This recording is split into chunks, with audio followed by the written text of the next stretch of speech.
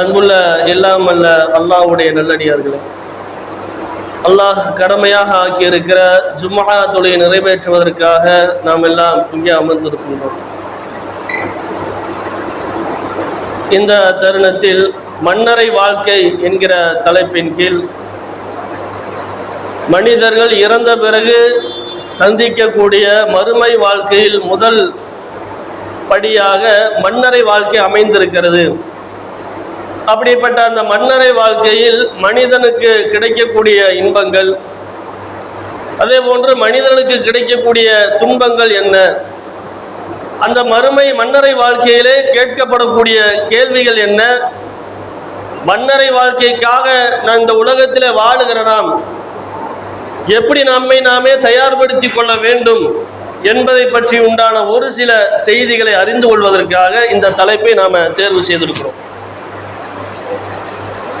மனிதர்களுக்கு மரணம் என்பது எப்பொழுது வேண்டுமானாலும் நிகழலாம் என்கிற அடிப்படையில் மரணத்தை இறைவன் உண்டாக்கி இருக்கிறான்.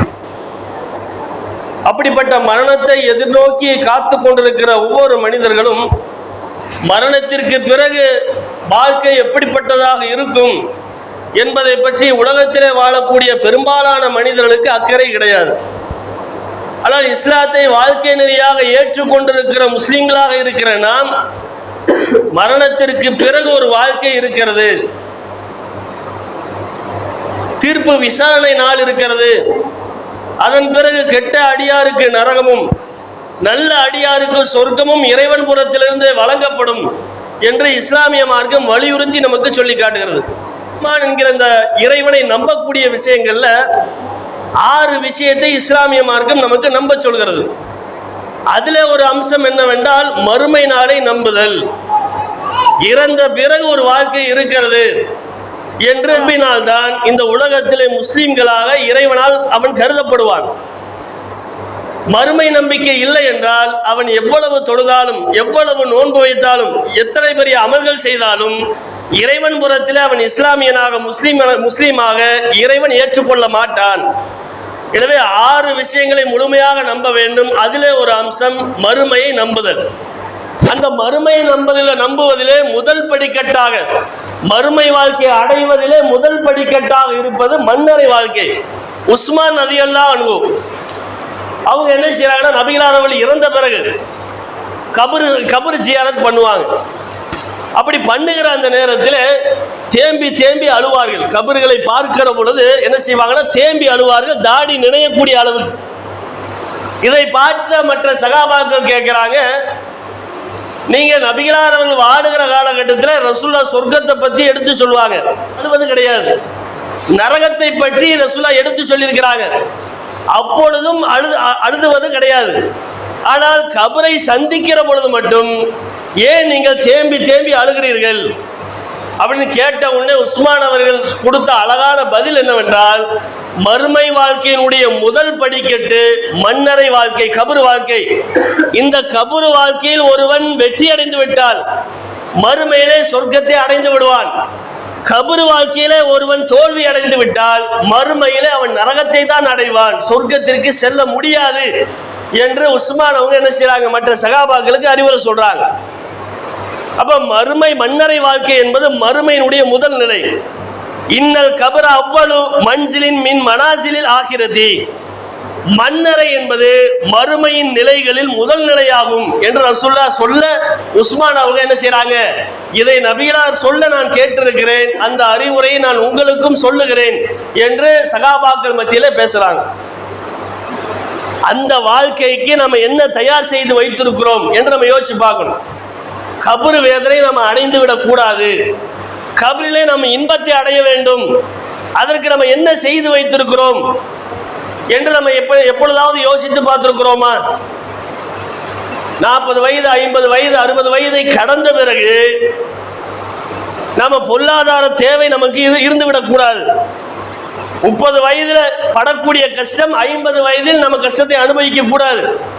அதற்குள்ளாக மேம்பட்ட நிலையை அடைந்து விட வேண்டும் என்று கடுமையாக நம்ம உழைக்கிறோம். இந்த உலக வாழ்க்கைக்காக சிறு ஆண்டுகள் வாழக்கூடிய இந்த வாழ்க்கையில நம்ம என்ன செய்யறோம், இன்பங்களை அடைவதற்காக நாம் என்ன பண்றோம், கடுமையான துன்பத்தை அனுபவிக்கிறோம். ஆனா மறுமை வாழ்க்கை என்பது நிலையானது, இனி அதுக்கு எண்டே கிடையாது. அப்படிப்பட்ட வாழ்க்கையில இன்பத்தை அனுபவிக்க வேண்டும் என்பதற்காக இந்த உலகத்திலே நாம பட்ட சிரமம் என்ன, கஷ்டம் என்ன? எதுவுமே கிடையாது. இந்த உலக வாழ்க்கைக்காக சிரமப்படக்கூடிய நாம் மன்னரை வாழ்க்கைக்கு பயந்து அதற்காக மார்க்கத்து இஸ்லாமிய மார்க்கம் சொல்லப்பட்ட அமல்கள், 5 நேர தொழுகை கடமையாக்கப்பட்டிருக்கிறது, அதை தொழுவதற்கு நாம் ஆசைப்பட வேண்டும். பல்வேறு அமல்கள் ரசூலுல்லாஹ் என்ன செய்யறாங்க, நமக்கு வலியுறுத்தி சொல்றாங்க. தான தர்மங்களை செய்ய சொல்றாங்க. இது போன்ற அமல்களை அதிகப்படியாக செய்வதன் மூலமாக மறுமை வாழ்க்கை, கபருடைய வாழ்க்கை என்பது நமக்கு சிறந்த வாழ்க்கையாக அமைந்துவிடும். மரணித்த பிறகு ஒரு மனிதன் அடையக்கூடிய நிலை என்ன, நல்லவனுக்கு எப்படி மரணம் கிடைக்கும், கெட்ட மனிதனாக இருக்கக்கூடியவர் எப்படி மரணத்தை அடைவார் என்பதை பற்றி நபிகள் நாயகம் ஸல்லல்லாஹு அலைஹி வஸல்லம் அவங்க அழகான ஒரு சம்பவத்தின் மூலமா நமக்கு சொல்றாங்க. ஒரு அன்சாரி தோழருடைய ஜனாசாவினுடைய அடக்கத்திற்கு ரசூலுல்லாஹ் போறாங்க. அன்சாரியுடைய ஜனாசாவை கொண்டு செல்லப்படுது, ரசூலுல்லாஹ் முன்னாடி போறாங்க. மையவாடியை அடைந்த பிறகு, கபர்ஸ்தானை அடைந்த பிறகு அங்கே அவருக்காக குழி தோண்டப்படவில்லை. அப்பதான் குழி தோன்றாங்க. அப்ப ரசூலுல்லாஹ் என்ன செய்யறாங்க, அந்த கபருக்கு அருகாமையிலே அமர்ந்து கொண்டு கையில ஒரு சின்ன குச்சியை வைத்து பூமி மண்ணை என்ன செய்யறாங்க, கீறி கொண்டிருக்கிறார்கள். கீறி கொண்டிருக்கிற அந்த தோட்டத்தை சகாபாக்கள் பார்த்து ரசூலுல்லாஹ் ஏதோ நமக்கு சொல்ல போறாங்க என்பதை நினைத்து என்ன செய்யறாங்க, எல்லா சகாபாக்களும் ஆர்வமா இருக்கிறாங்க. உடனே நபிகளார்கள் தலையை தூக்கி கொண்டு கபரு வேதனையிலிருந்து அல்லாஹ்விடத்திலே பாதுகாப்பு தேடிக்கொள்ளுங்கள் என்று 3 முறை சொல்றாங்க. ஒரு மனிதனுக்கு எப்படி மரணத்தை அவன் சந்திப்பான் என்று ரசூலுல்லாஹ் சொல்லுகிற பொழுது, ஒரு நல்ல மனிதருக்கு மரணம் வருகிறது. அவனுடைய இறுதி நாளை அடைகிற அந்த நேரத்தில் மலக்குமார்கள் வருவார்கள், புடைசூழ வருவாங்க. நம்ம என்ன நினைக்கிறோம், ஒரே ஒரு மலக்குள் மௌத்து வருவாரு நம்ம நினைக்கிறோம். அப்படி எல்லா மக்களும் நம்புகிறார்கள். ஆனால் இஸ்லாமிய மார்க்கம் என்ன சொல்கிறது, நபிகளார் என்ன சொல்றாங்க, மலக்குமார்கள் வானவர்கள் வருவார்கள். வந்து என்ன செய்வாங்க, அந்த நல்ல மனிதனுக்கு அவனுடைய கண்கள் எட்டுகிற வரை, அவனுடைய பார்வையினுடைய தூரம் எட்டுகிற வரை மலக்குமார்கள் புடைசூழ அவனுக்கு அருகாமையிலே அமர்வார்கள். அமர்ந்து என்ன செய்வாங்கன்னா, உயிரை பறிக்கக்கூடிய வானவர் முன் வருவார். அந்த புடைசூழ வந்த அந்த மலக்குமார்களிலே அவருடைய உயிரை பறிக்கக்கூடிய மலக்குமார் இருப்பார். அவர் என்ன செய்வாரு, அவருக்கு முன்னாடி வந்து தோன்றுவார், நிற்பார். ஆனா நம்முடைய நம்பிக்கை என்ன, ஒவ்வொருத்தருக்கும் எல்லா நபர்களுக்கும் ஒரே ஒரு மலக்குள் மௌத்து தான் இருக்கிறாரு. அவர் வந்து என்ன செய்வாரு, நம்முடைய உயிரை பறிப்பார் என்று முஸ்லிம்கள் நம்புகிறார்கள். ஆனால் ஹதீஸ்களின் அடிப்படையில் ஒவ்வொரு மனிதனுக்கும் மலக்குள் மௌத்து நியமிக்கப்பட்டிருக்கிறார். அந்த மலக்குக்கு வேற எந்த வேலையும் கிடையாது. நம்முடைய இறுதி நாள் வருகிற வரை என்ன செய்வார், காத்து கொண்டே இருப்பார்.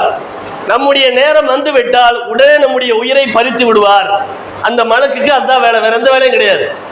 அப்படி எல்லா மனிதர்களுக்கும் ஒரு மலக்குள் மௌத்தை அல்லாஹ் தேர்வு செய்து வைத்திருக்கிறார்.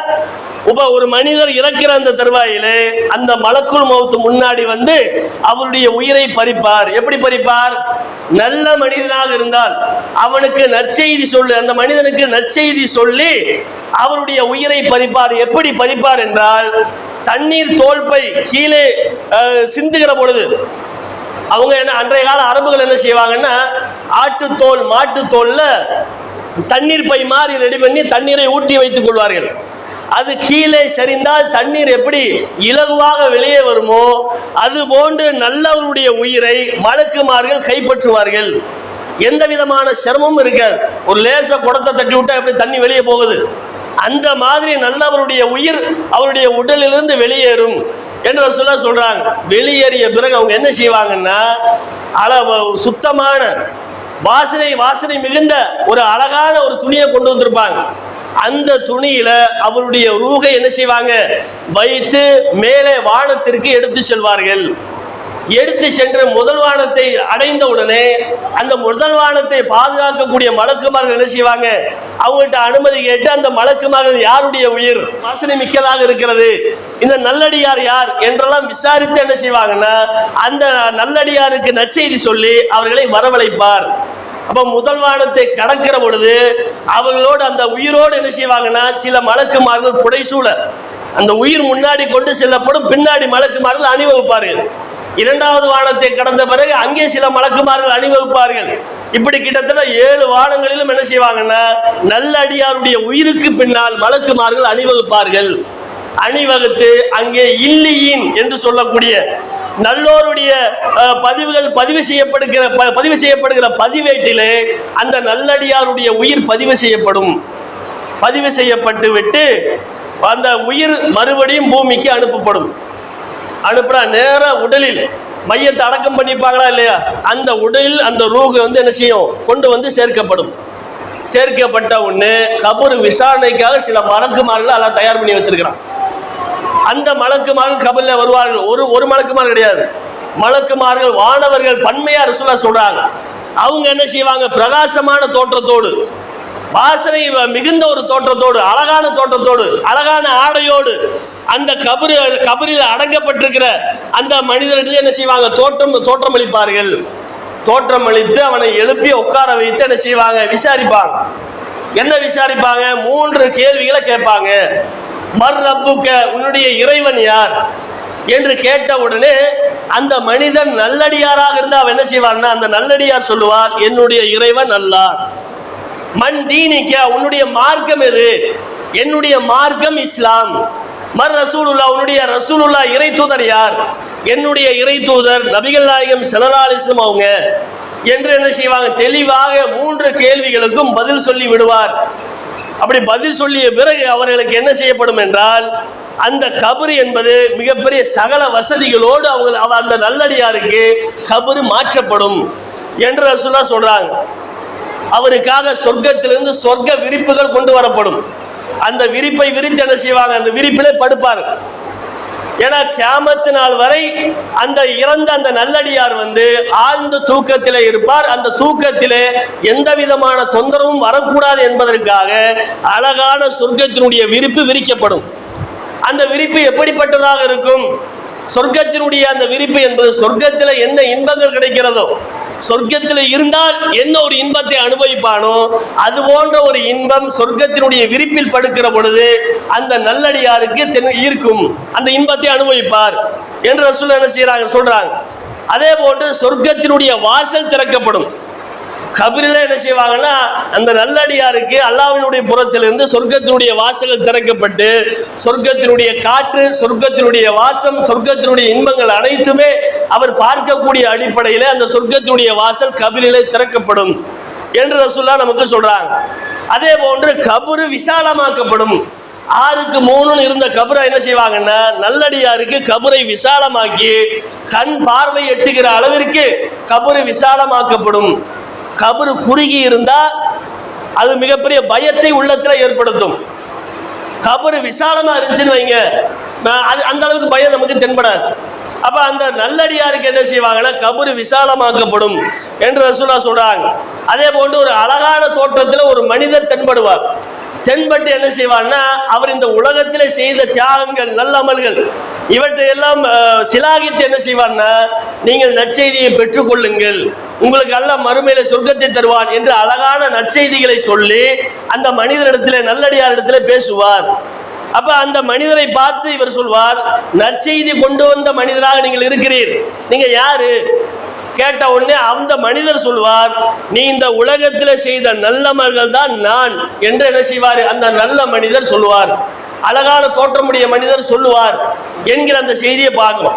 நாம தொழக்கூடிய தொழுகை, நாம வைக்கக்கூடிய நோன்பு, இந்த உலகத்தில் எப்படி சிரமப்பட்டு நம்ம அமல்கள் செய்கிறோமோ அந்த அமல்கள் எல்லாம் மனித தோற்றத்தில், அழகான தோற்றத்தில் கபர் வாழ்க்கையில நம்மிடத்திலே தோன்றி நமக்கு உதவியாக, நமக்கு உறுதுணையாக, நமக்கு ஆறுதலாக அழகான நற்செய்தி சொல்லக்கூடிய மனிதராக தென்படுவார் என்று நபிகள் நாயகம் ஸல்லல்லாஹு அலைஹி வஸல்லம் அவங்க நமக்கு சொல்றாங்க.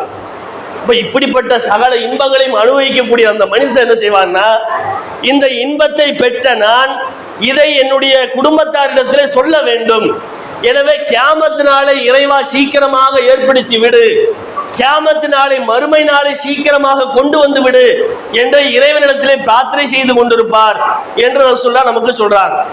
ஏன்னா இவ்வளவு இன்பங்களை நான் அடைந்து கொண்டிருக்கிறேன், மறுமையிலே சொர்க்கத்தை வேற அடைய போகிறேன், இந்த நற்செய்தியை என்னுடைய குடும்பத்தார், என்னுடைய மனைவியிட்ட சொல்லணும், என்னுடைய தாய் தந்தைகிட்ட சொல்லணும் என்று அவர் ஆசைப்படுவார். அதனால என்ன செய்வார்னா, இந்த உலகத்துல பார்க்க முடியாதா இல்லையா, அப்ப மறுமை நாள் வந்தால் பார்க்கலாம். எனவே மறுமை நாளை சீக்கிரம் கொண்டு வா இறைவா என்று பிரார்த்தனை செய்வார் என்று ரசூல் என்ன செய்யறாங்க, நல்லடியாருக்கு கிடைக்கக்கூடிய மன்னரை வாழ்க்கையை பற்றி அழகா நமக்கு எடுத்து சொல்றாங்க. சொர்க்கத்தினுடைய வாசனை, சொர்க்கத்தினுடைய இன்பங்கள் எல்லாம் அவர் கபரில இருந்து பார்ப்பார். அதே போன்று கபரு விசாலமாக்கப்பட்டு சகல இன்பங்களையும் என்ன செய்வார், கபரு வாழ்க்கையில அனுபவிப்பார், ஆழ்ந்த தூக்கத்தில் இருப்பார். மேலும் மலக்குமார்கள் சொல்வாங்க, புது மாப்பிள்ளை தூங்குவதை போல நீங்கள் தூங்குங்கள், கியாமத் நாளில இறைவன் எழுப்பப்படுகிற நாள் வரை தூங்குங்கள் என்ற ஆழ்ந்த தூக்கத்தில் என்ன செய்வாங்க, இன்பங்களை அனுபவித்துக் கொண்டிருப்பார்கள் என்று நபிகள் நாயகம் ஸல்லல்லாஹு அலைஹி வஸல்லம் என்ன செய்யறாங்க, நமக்கு சொல்றாங்க. இது நல்லவர்களுக்கு, நல்ல மனிதர்களுக்கு ஏற்படக்கூடிய இன்பங்கள். இதே கெட்ட மனிதர்களுக்கு ஏற்படக்கூடிய துன்பங்கள் என்ன, அவங்க மன்னரை வாழ்க்கை அவங்களுக்கு எப்படிப்பட்டதாக இருக்கும், இதை பற்றி நபிகளார் அவர்கள் சொல்லுகிற பொழுது, ஒரு தீய மனிதனுக்கு உயிர் பறிக்கப்படுகிற பொழுது மலக்குமார்கள் வருவாங்க. வந்து என்ன செய்வாங்கன்னா, அவர் பார்வை எட்டுகிற வரை மலக்குமார்கள் சூழ்ந்து கொள்வார்கள். எப்படிப்பட்ட மலக்குமார்களாக வருவாங்கன்னா, பயத்தை ஏற்படுத்தக்கூடிய கருமை நிற தோற்றத்தோடு வருவாங்க. பார்ப்பதற்கே பயத்தை ஏற்படுத்தக்கூடிய தோற்றத்தோடு வருவாங்க. வந்து என்ன செய்வாங்க, சுத்தியும் என்ன செய்வாங்க, சூழ்ந்து கொள்வார்கள். சூழ்ந்து கொண்டு என்ன செய்வாங்கன்னா, மௌத்தை உயிரை பறிக்கக்கூடிய மலக்குமார் என்ன செய்வார், முன் வருவார். முன் வந்து அவனுக்கு என்ன செய்வாங்க, அவனை திட்டி ஏசி என்ன செய்வாங்கன்னா, உன்னுடைய உயிரை வெளியே கொடு என்று உயிரை பறிப்பார்கள். ஆனா அந்த உயிர் என்ன செய்யும்னா, அவரிடத்துல சிக்காமல் ஒரு சில நேரத்தில் என்ன செய்யும்னா, உடம்புக்குள்ள இங்கிட்டு அங்கிட்டு ஓடுமா. உயிர் வெளியே வராம என்ன செய்யும்னா, வெளியே போயிடக்கூடாது அப்படின்ட்டு உடம்பை விட்டு வெளியே சென்று விடக்கூடாது என்று உயிர் உள்ளுக்குள்ளே அலைமோதி கொண்டிருக்கும். ஆனால் மலக்குமார் என்ன செய்வாங்க, அந்த நேரத்தில் கரெக்டா பிடிச்சு இழுத்துருவாங்க. அப்படி அவர்கள் உயிரை பறிப்பார்கள். அந்த வேதனை எப்படிப்பட்டதாக இருக்கும் என்றால், நல்லவர்களுக்கு குடத்தை சாய்ப்பது போன்ற ஒரு வேதனை, ஒரு சிறிய அளவு வேதனை உயிரை பறிக்கப்படுகிற பொழுது இருக்கும். ஆனால் கெட்ட மனிதனுக்கு உயிரை பறிக்கப்படுகிற வேதனை எப்படிப்பட்டதாக இருக்கும் என்றால், அதை ஒரு அழகான உதாரணத்தின் மூலமாக ரசூலுல்லாஹ் சொல்றாங்க. ஒரு ஈர கம்பளி, ஒரு கம்பளியை எடுத்து ஈரத்தில் நனைத்து, அந்த ஈர கம்பளியை ஒரு முள்வேலி இருக்கிறது, அந்த முள்வேலியிலே தூக்கி எரிந்து விட்டால், எரிந்த அந்த கம்பளியை அந்த முள்வேலியிலிருந்து எடுக்கிற பொழுது எப்படி சிரமப்பட்டு நூல் எல்லாம் பீந்து எப்படி வருமோ, அதுபோன்று கெட்ட மனிதனுடைய உயிர் அவனுடைய உடலில் இருந்து வெளியேறும், சிரமப்பட்டு வெளியேறும். அப்படி வேதனையை அவன் அனுபவிப்பான் என்று ரசூல் என்ன செய்றாங்க, நமக்கு சொல்றாங்க. கெட்ட மனிதனாக வாழ்ந்து அமல்கள் குறைவாக செய்து யாரெல்லாம் மரணத்தை அடைகிறாரோ அவர் கடுமையான அளவிற்கு துன்பத்தை சந்திப்பார். இன்றைக்கு சமூக வலைதளங்கள் நிரம்பி இருக்கிறது. சிசிடிவி கேமராவின் மூலமாக சில மனிதனுடைய மரணத்தினுடைய இறுதி தருவாயை என்ன செய்யறாங்க, வீடியோவா என்ன செய்யறாங்க, பதிவு செஞ்சு காமிக்கிறாங்க.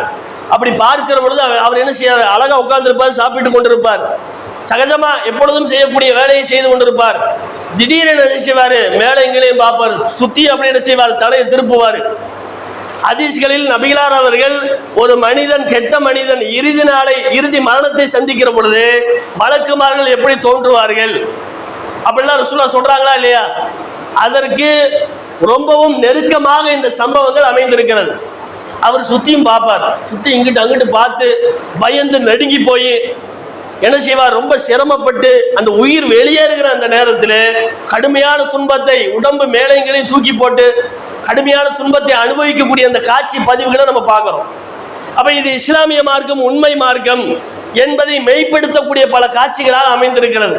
மலக்குமார்கள் புடைசூழ வருவாங்க, சுற்றியும் அமர்ந்து கொள்வார்கள். திரும்ப திரும்ப அவர் பார்ப்பார், இங்கிட்டு அங்கிட்டு பார்ப்பாரு, எல்லாம் பார்த்து என்ன செய்வார், பயப்படுவார். அப்ப பயப்பட்டு அவர் உயிர் பிரியக்கூடிய அந்த காட்சிகளை பார்க்கிற பொழுது நமக்கு ஆட்டோமேட்டிக்கா நமக்கு பயம் வந்துடும். இப்ப நமக்கு நம்முடைய மரண நேரம் எப்படிப்பட்டதாக இருக்கும், அல்லாஹ் நம்மை காப்பாற்ற வேண்டும், நல்ல மனிதனாக மரணத்தை நான் சந்திக்க வேண்டும் என்று நம்ம உள்ளத்தில் ஆசைப்பட வேண்டும். அப்ப கெட்ட மனிதன் மரண தருவாயில கடுமையான துன்பத்தை சந்திப்பான். அப்படி துன்பத்தை சந்தித்து உயிர் பறிக்கப்படும்.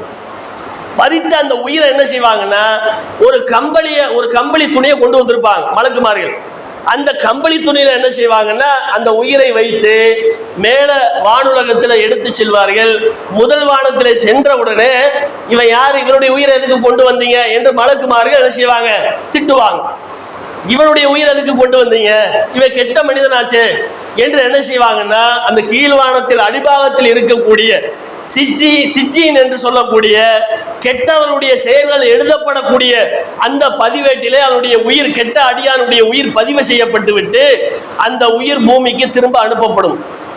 மறுபடியும் உடலில் அடக்க செஞ்சிருப்பாங்க கபர்ல, அந்த உடலிலே உயிர் மறுபடியும் வந்து சேரும். சேர்ந்த பிறகு மலக்குமார்கள் உள்ளே வந்து, அதற்கென்று தனியா மலக்குமார்கள் இருப்பாங்க, அவங்க கபரு விசாரணைக்காக உள்ளே வந்து படுத்த அந்த மனிதரை எழுப்பி என்ன செய்வாங்கன்னா விசாரிப்பாங்க. அதே போன்ற 3 கேள்விகள். மர் ரப்புக்க, உன்னுடைய இறைவன் யார்? அவர் சொல்வார் லா அதிரி, எனக்கு தெரியாது. உன்னுடைய மார்க்கம் எது? லா அதிரி, எனக்கு தெரியாது. உன்னுடைய தூதர் யார்? லா அதிரி, எனக்கு தெரியாது என்று 3 கேள்விகளுக்கும் தெரியாது தெரியாது தெரியாது என்று கெட்ட அடியான் பதில் சொல்வார். பதில் சொல்லிய உடனே அவனுக்கு கபரு நெருக்கப்படும். எப்படி நெருக்கப்படும்? 6க்கு 3ஆக இருந்த அந்த கபர் என்பது அந்த மனிதனுடைய 2 விலா எலும்புகளும் ஒன்றோடு ஒன்று பின்னி பிணைகிற அடிப்படையிலே அந்த கபரு நெருக்கப்படும். கபரு நெருக்கி என்ன செய்யும்னா இந்த பக்கம் இருக்கிற விலா எலும்பு இந்த பக்கம் வந்துடும், இந்த பக்கம் இருக்கிற விலா எலும்பு இந்த பக்கம் வந்துட்டா என்ன செய்யும், ரெண்டுமே ஒன்றாக இணைந்து விடும். அப்படி இணைக்கப்பட்டு வேதனை செய்யப்படுவான். அப்படி வேதனை செய்யப்பட்டு அந்த கபருடைய அந்த வாழ்க்கையிலே நரகத்தினுடைய வாசல்கள் திறக்கப்படும். நரகத்துடைய வாசல் என்ன செய்வாங்க, திறந்து வச்சிருவாங்க. அங்கே படக்கூடிய வேதனையை பார்ப்பாங்க. அதிலிருந்து வரக்கூடிய நெருப்பினுடைய காற்றுகளை சுவாசிப்பாங்க. கெட்ட தீய காற்றை சுவாசிப்பார்கள். அதில் அடையக்கூடிய துன்பங்கள் என்ன செய்வாங்க, நேரடியாக பார்ப்பாங்க. எப்படி அந்த கெட்ட மனிதருக்கு கபருடைய வாழ்க்கை அமைந்திருக்கும் என்று நபிகள் நாயகம் ஸல்லல்லாஹு அலைஹி வஸல்லம் சொல்றாங்க. நெருப்பாலான விரிப்பு அந்த கபரிலே அடக்கம் செய்யப்பட்ட கெட்ட மனிதருக்கு வழங்கப்படும். நீ இதுல விரிச்சு தூங்கு, அந்த நெருப்பாலான விரிப்பில் தான் நான் தூங்க மாட்டேன்னு சொல்ல முடியாது. ஏன்னா அல்லாஹ் என்ன செய்வான், அப்படித்தான் தூங்க வைப்பான். நெருப்பாலான விரிப்பு கொடுக்கப்படும். அதில் படுத்து என்ன செய்வாரு, உறங்க முடியுமா, தூங்க முடியுமா, தூங்க முடியாது. வேதனையை சந்திப்பார். அப்ப இப்படி வேதனை, கடுமையான வேதனைகளை சந்திப்பார். அதே போன்று சுத்தியலால் என்ன செய்வாங்க, மிகப்பெரிய சுத்தியலால் அந்த கெட்ட மனிதர் தாக்கப்படுவார். அந்த தாக்கப்பட்ட அந்த சத்தத்தை கேட்டு மனிதர்கள் ஜின்களை தவிர அனைத்து ஜீவராசிகளும் அந்த சத்தத்தை கேட்கும். அந்த ஜீவராசிகள் சத்தத்தை கேட்கிறதா என்பதை வெளிப்படையாக ஆய்வு செய்ய முடியாது. ஆனா அது கண்டிப்பா கேட்கும் என்று ரசூலுல்லாஹ் சொல்றாங்க. கபரிலே வேதனை செய்யப்படக்கூடிய மனிதனுடைய வேதனையை, அவன் அலறக்கூடிய சத்தத்தை வெளியே இருக்கக்கூடிய மற்ற ஜீவராசிகள் கேட்கும். நாம கேட்பதாக இருந்தால் ரசூலுல்லாஹ் சொல்றாங்க, மனிதர்கள் கேட்க வேண்டும் என்று அல்லாஹ் அப்படி வைத்திருந்தால் எந்த ஒரு மனிதனையும் இறந்த பிறகு நீங்கள் அடக்கம் செய்ய மாட்டீர்கள். எல்லாம் பூமியில ஒரு ஓரத்தில் தூக்கி வீசிட்டு போயிருவீங்க. அப்ப நம்ம வாழ முடியுமா, மற்ற மனிதர்கள் வாழ முடியுமா? அப்ப கங்கையை சுத்தம் பண்றேன்னு சொல்லி என்ன செய்யலாம், பல கோடி செலவு செய்து சுத்தம் பண்றாலும் சுத்தம் பண்ண முடியலையே. அங்கே தினமும் பல 100 உடல்கள் என்ன செய்யுது, இறந்த உடல்கள் அந்த கங்கை ஆற்றிலே வீசப்படுகிறது. அவ என்னதான் சுத்தம் பண்ணாலும் சுத்தம் பண்ண முடியாது. அப்ப அந்த மாதிரி மனிதர்கள் கபருடைய வேதனையை கேட்க செய்யுமாறு இறைவன் அப்படியே உண்டாக்கி விட்டால் யாரையும் செத்த ஆள என்ன செய்ய மாட்டாங்க, அடக்கம் பண்ண மாட்டாங்க, தூக்கி வீசிடுவாங்க. அப்ப ரசூலுல்லாஹ் அதனால என்ன செய்யல, அந்த பிரார்த்தனையை கேட்கல. அல்லாஹ் அப்படிப்பட்ட ஒரு விஷயத்தை உண்டாக்கல. நாம கெட்ட மனிதர்கள் வேதனை செய்யப்பட்டு விட்டால் மனிதர்கள் ஜின்கள் கேட்க மாட்டாங்க, மற்ற ஜீவராசிகள் கேட்பாங்க என்று நபிகள் நாயகம் ஸல்லல்லாஹு அலைஹி வஸல்லம் என்ன செய்றாங்க, நமக்கு சொல்றாங்க. அதே போன்று துர்நாற்றம் வீசக்கூடிய ஒரு மனிதர் தோன்றுவார். பார்ப்பதற்கு ரொம்ப அகோரமான ஒரு தோற்றத்துல துர்நாற்றமான நிலையில ஒரு மனிதர் தோன்றி என்ன செய்வாரு, அவரை சபிப்பார். அந்த கெட்ட மனிதரை சபித்து திட்டுவார். அப்ப நீ ஏன் ஒரு கெட்ட செய்தியை கொண்டு வரக்கூடிய ஒரு கெட்ட மனிதராக நான் உன்னை பார்க்கிறேன், நீ யாரு? அந்த மனிதர் சொல்லுவார், நீ இந்த உலகத்தில் செய்த தீமைகள், நீ இந்த உலகத்தில் அமல்கள் செய்யாம, தொழுகாம, நோன்பு வைக்காம தீமைகள் அதிகமாக செய்தாய், அந்த தீமை தான் நான் என்று என்ன செய்வார், அந்த கெட்ட மனிதர், துர்நாற்றம் அடைந்த மனிதர் சொல்வார் என்று சொல்றாங்க. அப்ப கபருடைய வேதனை என்பது கடுமையான வேதனை நிறைந்ததாக இருக்கும். எதுவரையும்? கியாமத்தினால் தீர்ப்பு விசாரணை சந்திக்கிற வரை. சரி, தீர்ப்பு விசாரணை சந்தித்த பிறகு அல்ல இந்த கபரு வேதனையிலிருந்து தப்பித்து நம்ம சொர்க்கத்திற்கு போக முடியுமா என்று கேட்டால் கண்டிப்பாக போவது என்பது ரொம்ப சிரமம். ஏனென்றால் யார் கபருடைய வேதனையை அனுபவிக்கிறாரோ அவர் கண்டிப்பாக மறுமையில் சொர்க்கத்தை அடைந்து கொள்ள முடியாது. ஏன்னா கபரிலே கேட்கப்படக்கூடிய கேள்வி எப்படிப்பட்ட கேள்வி? ஈமான் சம்பந்தமான கேள்வி. யார் அதற்கு பதில் சொல்வார்? யார் இந்த உலகத்திலே முஸ்லிம்களாக வாழ்ந்தார்களோ, அல்லாஹ்வை மட்டும் வணங்கினார்களோ அவர்கள் தான் பதில் சொல்ல முடியும். அவர் சில நேரங்கள் தொழாமல் இருந்தாலும், சில நேரங்கள் நோன்பு வைக்காமல் இருந்தாலும், சில நேரங்கள் சில அமல்கள் செய்யாமல் இருந்தாலும், இறைவனுக்கு இணை கற்பிக்காமல் இருந்தால் அவர் கபருடைய வாழ்க்கையில கேட்கப்படக்கூடிய கேள்விகள் அனைத்திற்கும் பதில் சொல்லி விடுவார். அப்ப யார் முஸ்லீமா இல்லையோ, இறைவனுக்கு இணை கற்பிக்கக்கூடிய காரியத்தை செய்கிறாரோ, அவர் மன்னரை வாழ்க்கையை அடைந்தவுடனே அங்கே கேட்கப்படக்கூடிய அனைத்து கேள்விகளுக்கும் பதில் சொல்ல திணறி பதில் சொல்ல முடியாமல் போய் மறுமையிலே நரகத்தை அடைவார். எனவே கபரிலே யார் இன்பத்தை அடைகிறாரோ அவர் சொர்க்கத்தை அடைவார். கபரிலே யார் நரகத்தை அடைகிறாரோ அவர் கண்டிப்பாக மறுமை நாளில் நரகத்தை தான் அடைவார் என்பதை முழுவதுமாக ஹதீஸ்களின் வாயிலாக நம்மால் புரிந்து கொள்ள முடிகிறது என்பதை நம்ம விளங்கி கொண்டு மன்னரை வாழ்க்கையிலிருந்து தப்பிக்க வேண்டும் என்றால் இறைவனுக்கு இணை கற்பிக்காமல் அதிகமான அமல்கள் செய்யக்கூடிய மக்களாக நாம் அனைவரும் மாற வேண்டும். அப்படி நம்முடைய மாற்றத்தை பொறுத்துதான் மறுமையிலே நமக்கு கிடைக்கக்கூடிய இன்பமும் துன்பமும். நல்ல மனிதனாக நம்முடைய வாழ்க்கையை அமைத்துக் கொண்டால் மறுமையிலே நமக்கு நல்லது நடக்கும். கெட்ட மனிதனாக நம்முடைய வாழ்க்கை இந்த உலகத்தில் அமைத்துக் கொண்டால் மறுமையிலே நமக்கு தீயதாக அமைந்துவிடும் என்பதை புரிந்து கொண்டு மறுமையில வெற்றி அடையக்கூடிய பாக்கியத்தை நம் அனைவருக்கும் அல்லாஹ் தந்தரு புரிவான் என்று கூறி ஜும்மாவின் முதல் உரையை முடித்துக் கொள்கிறேன். அஸ்ஸலாமு அலைக்கும் வரஹ்மத்துல்லாஹி வபரகாத்துஹு.